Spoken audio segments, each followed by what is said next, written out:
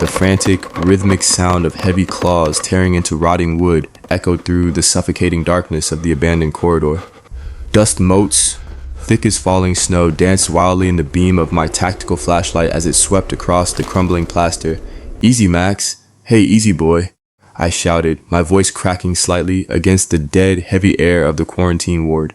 My boots crunched over shattered glass and decades-old debris as I sprinted down the narrow, pitch-black hallway to catch up with him. Max, my 100-pound German shepherd, wasn't listening. His ears were pinned flat against his skull, his powerful front legs digging furiously into a seamless mold-covered wooden partition at the very end of a dead-end corridor. He was whining, a high-pitched, urgent sound he only made when he was entirely consumed by a scent. He snapped his jaws at the splintering wood, tearing away chunks of dry rot, his whole body trembling with a feverish intensity. I knelt beside him, the knees of my cargo pants soaking up the damp chill of the concrete floor. I grabbed his heavy leather harness, pulling him back just enough to inspect the damage. The air here was incredibly dense, smelling of salt, ancient mildew, and a strange, metallic staleness. I shined my light directly onto the spot he had been attacking. It looked like a solid wall, completely flush with the surrounding masonry, but Max's nose was pressed hard against a microscopic crack near the baseboard, his chest heaving. I rested my hand on the wood. It was freezing cold, but more than that, I could feel a faint, ghostly draft slipping through the splintered gap, carrying with it a scent that didn't belong in this empty, forgotten place. I looked down at my dog, my own breathing starting to mirror his ragged rhythm. "Easy, Max," I whispered, brushing a layer of century-old dust from his dark muzzle. "What the hell are you smelling behind this wall? My God, this space hasn't existed on any map for over 100 years. We were standing in the belly of the beast, the contagion wards on the forbidden south side of Ellis Island. Most people know Ellis Island as the golden doorway to the American dream, a place of hope where millions of immigrants took their first steps toward a new life. But there was another side to the island, a dark, terrifying purgatory separated from the main halls by stretches of cold water and heavily guarded doors. This was the quarantine hospital. If you arrived in America sick, with tuberculosis, measles, or scarlet fever, you didn't get a ticket to a new life in New York. You were sent here, to the Island of Tears. For the past 3 hours, Max and I had been navigating this sprawling, decaying labyrinth. Armed with a heavy-duty flashlight, a crowbar, and a set of original architectural blueprints from 1909, I had come looking for remnants of the forgotten souls who had perished in these shadows. The isolation rooms were a haunting sight. Rows of rusted iron bed frames sat sinking into the rotting floorboards. Peeling lead paint hung from the ceilings like dead gray leaves. Outside the shattered windows, across the murky waters of the harbor, the Statue of Liberty stood bathed in morning sunlight, a cruel and agonizingly close reminder of a freedom the patients in these rooms were never allowed to touch. Through it all, Max had been his usual stoic self. He's a trained search and recovery dog, a veteran of countless urban explorations. He usually padded silently beside me, his amber eyes scanning the gloom, occasionally sniffing a rusted medical tray or an old leather shoe left behind in the panic of the hospital's sudden closure in the 1950s. He was calm, professional, until 5 minutes ago. We had turned down a corridor in the measles ward, a sector that, according to my blueprints, was supposed to end in a brick firewall, but halfway down the hall, Max had frozen. The hair on the back of his neck had stood straight up, a rigid mohawk of black fur. He had let out a low rumbling growl that vibrated in my chest before taking off like a shot toward this dead-end partition. Now, kneeling in the dirt with the wind howling through the broken rafters above, I traced the edge of the wooden boards Max had been scratching. My fingers caught on something sharp. It wasn't just wood. Beneath the layers of cheap, peeling paint and water damage, there were deep, frantic gouges in the timber, but they hadn't been made by a dog, and they hadn't been made from the outside. I brought my face closer to the wood, my heart hammering against my ribs. The scratches were coming from inside the wall. Someone or something had desperately tried to claw their way out. Max let out another sharp bark, snapping me out of my trance. He pawed at a loose piece of baseboard he had managed to dislodge. I reached down and pulled the wood away. Wedged in the narrow gap, completely preserved by the dry, stagnant air of the hidden void, was a tiny, torn piece of faded linen cloth. I pulled it free with trembling fingers. It was hemmed with a delicate, hand-stitched floral pattern, a piece of a woman's shawl. I looked at Max. He sat back on his haunches, staring at me with those intensely intelligent eyes, waiting for me to catch up. He knew it before I did. This wasn't a firewall. This was a barricade. And whatever was hiding on the other side had been swallowed by history, waiting in the dark for over a century for someone brave enough to tear it down. I unclipped the crowbar from my heavy canvas backpack, the cold steel heavy and reassuring in my grip. It was time to find out what Ellis Island had tried so desperately to bury. I ran my thumb over the frayed edge of the tiny scrap of linen, the rough fabric coated in a fine layer of century-old dust. Even in the dim, erratic beam of my flashlight, I could see the faded, hand-stitched floral embroidery.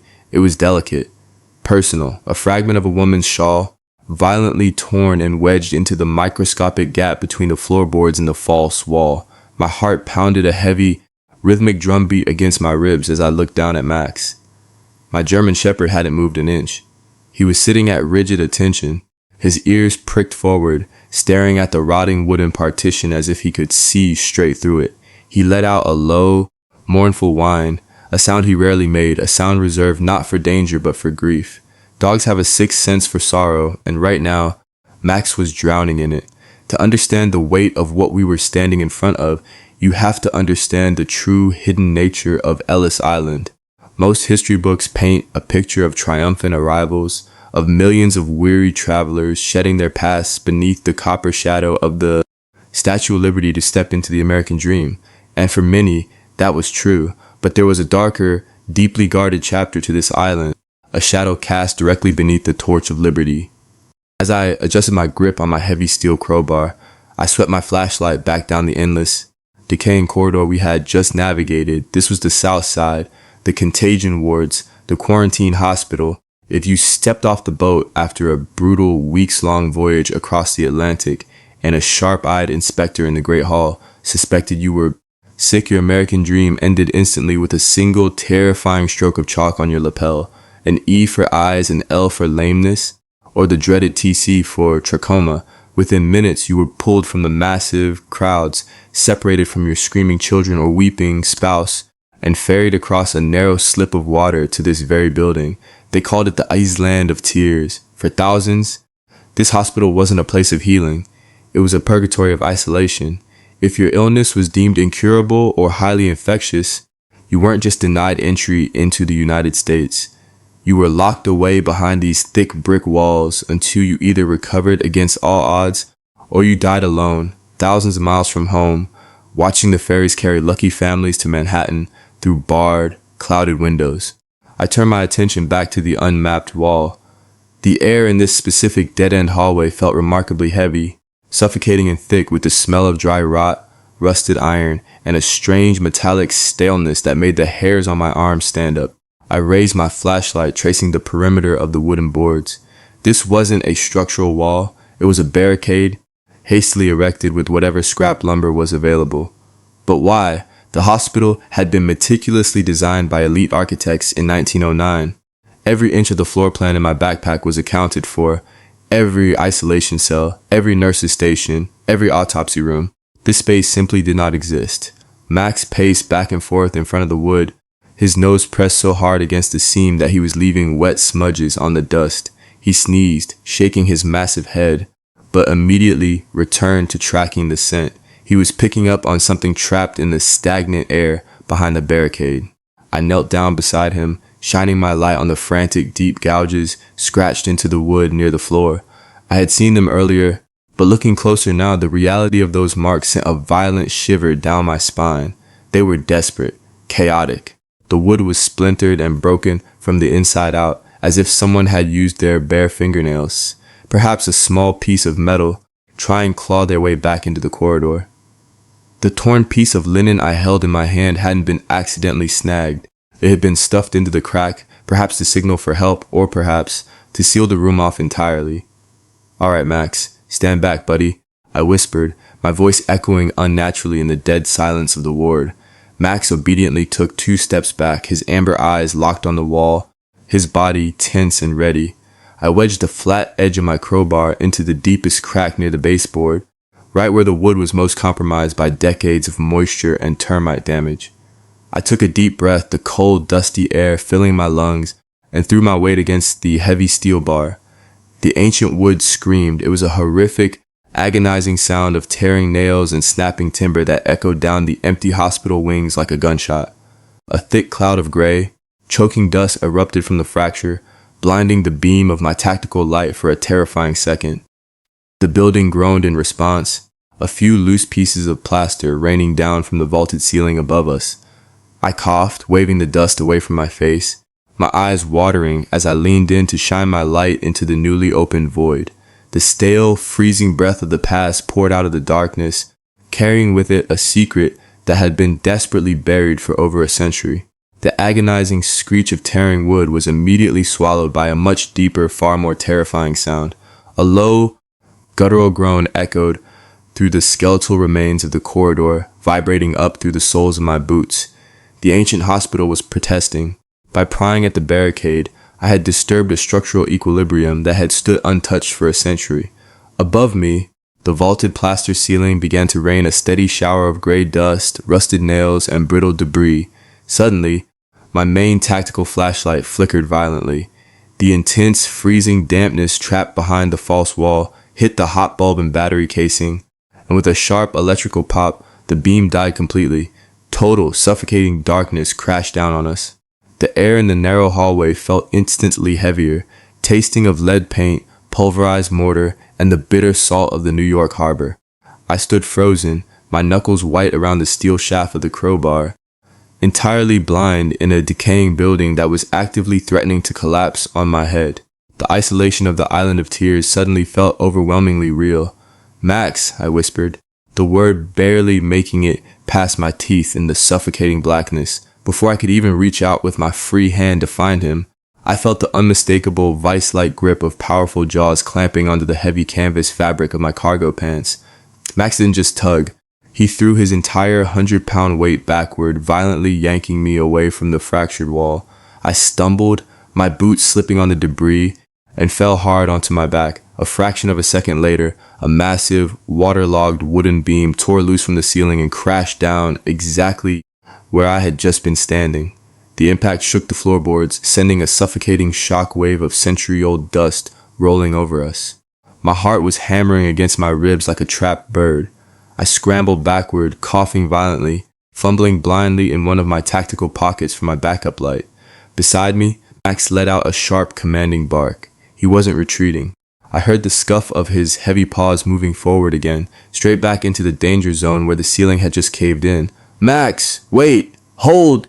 I choked out, finally wrapping my trembling fingers around the cold aluminum cylinder of my secondary flashlight. I clicked it on. The narrow, harsh beam cut through the swirling clouds of dust. Max was standing right at the fractured wall, entirely unfazed by the chaos. But he wasn't looking up at the dangerous ceiling. He had his heavy shoulders wedged into the lower right corner of the barricade, right where the wood was completely hollowed out by decades of rot and moisture. He pushed with all his might, his claws scrabbling for traction on the smooth concrete. With a final sickening crunch of dead timber, the entire lower half of the false wall gave way, collapsing inward to reveal a gaping black hole. Max had used his instincts to find the absolute weakest point, the only part of the barrier that could be breached without bringing the rest of the hospital corridor down on top of us. He sat back, panting heavily, licking his chops as he looked over his shoulder at me. He had done his part. The rest was up to me. I pushed myself up from the floor, my knees aching, and moved cautiously toward the jagged opening. The air pouring out of the void was icy, dropping the temperature by at least 10 degrees. It carried a profound, heavy stillness that made the hairs on the back of my neck stand up. I gripped my flashlight tight, ducked my head to avoid the jagged splinters of the doorframe, and stepped inside the forgotten space. When my flashlight swept across the hidden room, I completely stopped breathing. It wasn't a utility shaft. It wasn't a plumbing corridor or a maintenance crawl space. It was a makeshift isolation cell, barely larger than a standard closet, entirely walled off from the rest of the world. The dust here was untouched, a thick, undisturbed blanket of gray snow that had settled over decades of absolute terrifying silence. In the far corner, tucked away from the prying eyes of the armed guards and medical inspectors who had once patrolled the halls outside, was a crude pallet bed made of rotting hospital blankets and decayed straw. But it was what sat at the foot of that bed that made my blood run entirely cold. Resting on the warped floorboards, heavily draped in the thick, intricate lacework of ancient spiderwebs, was a small wooden steamer trunk. It was bound in rusted iron hardware, the leather carrying straps long since turned to brittle dust. This room wasn't just a forgotten corner of the contagious wards. It was a time capsule of desperation. Someone had deliberately sealed themselves inside, choosing the terrifying darkness of this cramped space over whatever fate awaited them outside. I took a slow, trembling step forward, the floorboards groaning beneath my weight. Max slipped through the opening behind me, letting out a soft, mournful whine as he sat by the door. The past was right in front of me, locked inside that rusted trunk, waiting in the dark, begging to finally have a voice. The air inside the hidden cell was shockingly still, completely devoid of the harbor winds that howled through the rest of the ruined hospital. I stepped over the jagged threshold, my boots making barely a sound on the thick carpet of century-old dust. I kept my flashlight angled low, treating the space with the reverence of a tomb, because in a very real sense, that was exactly what this room was. Max followed me inside, his claws clicking softly against the floorboards. The frantic, desperate energy that had possessed him in the hallway had completely vanished. He walked slowly toward the small steamer trunk in the corner, lowered his head, and let out a long, shuddering sigh before lying down directly beside it. He rested his heavy chin on his front paws, his amber eyes watching my every move. He knew the hunt was over. Now it was time to listen. I knelt beside the trunk. The iron hardware was heavily oxidized, blooming with bright orange rust, and the leather straps crumbled into dry powder the moment my fingers brushed against them. Taking a deep breath, I gently gripped the main clasp. It was stiff, frozen by time, but with a firm push, the rusted lock gave way with a sharp, echoing crack. I slowly lifted the heavy domed lid. The scent that rose from the trunk wasn't the smell of rot or decay. It was the faint, heartbreakingly delicate scent of dried lavender and old pressed paper. My flashlight illuminated the contents, and a heavy knot instantly formed in my throat. Resting on top was a woman's shawl. It was woven from thick wool, heavily embroidered with a faded floral pattern, a perfect match to the tiny torn scrap Max had found wedged in the barricade outside. Beside the shawl lay a small hand-carved wooden doll. It was crude, its face painted with simple faded strokes of charcoal and berry juice, the kind of toy a father might whittle by firelight in a tiny European village. The handles of the trunk were worn smooth, indicating it had been carried across thousands of miles, gripping onto a desperate hope. But it was what lay beneath the shawl that held the true weight of the tragedy. With trembling hands, I carefully lifted a stack of documents tied together with a brittle piece of twine. The paper was yellowed and fragile, the edges flaking away like dry leaves. I gently unfolded the top sheet. It was an official United States immigration landing card dated November 14, 1910.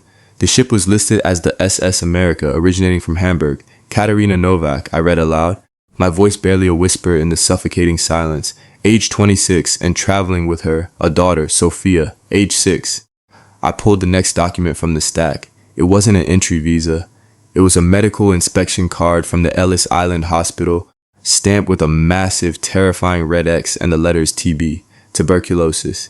In 1910, that wasn't just a diagnosis, it was an absolute condemnation. It meant automatic, non-negotiable deportation. I sat back on my heels, the cold reality of the situation washing over me. I looked at the doll. I looked at the heavily scarred wood on the inside of the doorframe we had just broken through. And suddenly, the horrifying puzzle pieces slammed together. "She didn't get trapped in here, Max," I whispered, my chest tightening with an overwhelming wave of sorrow. "She locked herself in." I dug deeper into the papers and found a small, tear-stained piece of ship stationery. On the back, written in shaky, desperate handwriting in her native Polish, was a final letter. I used my phone to carefully scan and translate the faded ink. As the English words appeared on my screen, tears blurred my vision. "They say I am sick. They say the boat will take me back tomorrow, and Sophia must go with me. I cannot let her return to the starvation. My cousin awaits her in Brooklyn. If I am gone, they will let her pass as an orphan. I have found a dark place behind the walls. I will pull the wood shut. I will stay very quiet. Do not cry for me, my little bird. Walk in the sun, the gouges on the door. They weren't the marks of someone trying to escape. They were the desperate, agonizing scratches of a mother suffering in the suffocating pitch black, fighting every human instinct to break out and breathe, choosing instead to slowly die in the dark so her daughter could be free. She had barricaded the wall from the inside, sealing her own tomb, deliberately making herself a missed person so that 6-year-old Sophia would be handed over to her relatives rather than deported. The silence of the isolation cell no longer felt terrifying. It felt profoundly sacred. I reached out and rested my hand on Max's head. He didn't whine. He just closed his eyes, leaning his heavy weight against my knee, sharing the immense quiet grief of the space. For over 100 years, Katarina Novak had been nothing but a lost ghost in the walls of the Island of Tears. But today, her ultimate sacrifice had finally been found. I carefully folded the fragile yellow documents back together, my fingers moving with a slow, deliberate reverence. The air in the hidden cell no longer felt suffocating. It felt profoundly peaceful, like a church long after the congregation has gone home. I placed Katarina's tear-stained letter, dreaded medical cards, the delicate, hand-carved wooden doll, and the faded floral shawl into the heavy-duty protective evidence bags I always carried in my pack. These weren't just forgotten historical artifacts anymore.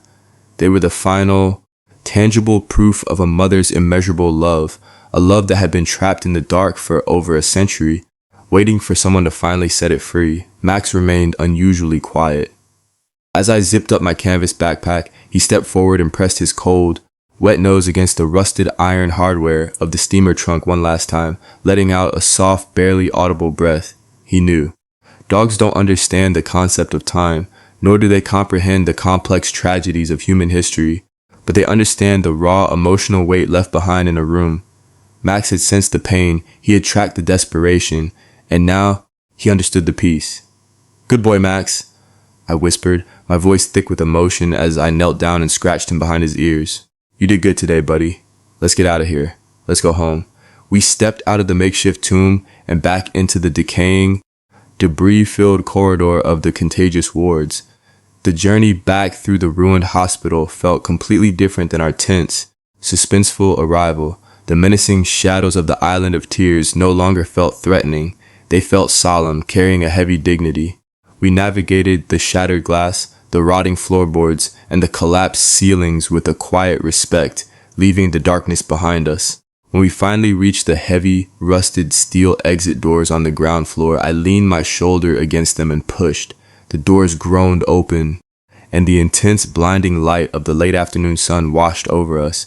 The harsh, salty breeze of the New York harbor hit my face, a stark, breathtaking contrast to the dead, stagnant air of the quarantine cells. Max immediately trotted out onto the overgrown grass, lifting his massive head to the wind, his ears perked as he physically shook off the heavy dust of the past. I stood on the crumbling concrete steps of the hospital, the heavy backpack slung over my shoulder, and looked out across the water. There, standing tall and brilliant against the blue, cloudless sky, was the Statue of Liberty. Her copper torch was gleaming in the sunlight. Katarina Novak had likely stared at that exact same magnificent statue through the barred, clouded windows of her prison. She knew she would never get to stand beneath it, but because she chose to walk into the darkness of that tiny, forgotten room and seal the wall behind her, her little girl, Sophia, got to walk in the sun. Across the water, the towering, modern skyline of Manhattan stood as a bustling testament to millions of dreams. I couldn't help but wonder, how many descendants of Sophia Novak are walking those streets right now, living beautiful, free lives, completely unaware of the ultimate price that was paid in a pitch-black room on this island? Later that week, I handed Katarina's belongings over to the head archivist at the Ellis Island National Museum of Immigration. The staff was entirely stunned. For decades, the hospital logs had simply listed Katarina Novak as absconded, presumed drowned in the harbor while attempting to flee. Now, the record will be corrected. Her true story will be preserved, her artifacts properly displayed, and her sacrifice finally honored in the light of day. History is not just a dry collection of dates, battles, and treaties written in dusty textbooks. It is made up of millions of individual heartbeats, of desperate choices, of quiet sacrifices made in the shadows that shape the very world we walk in today.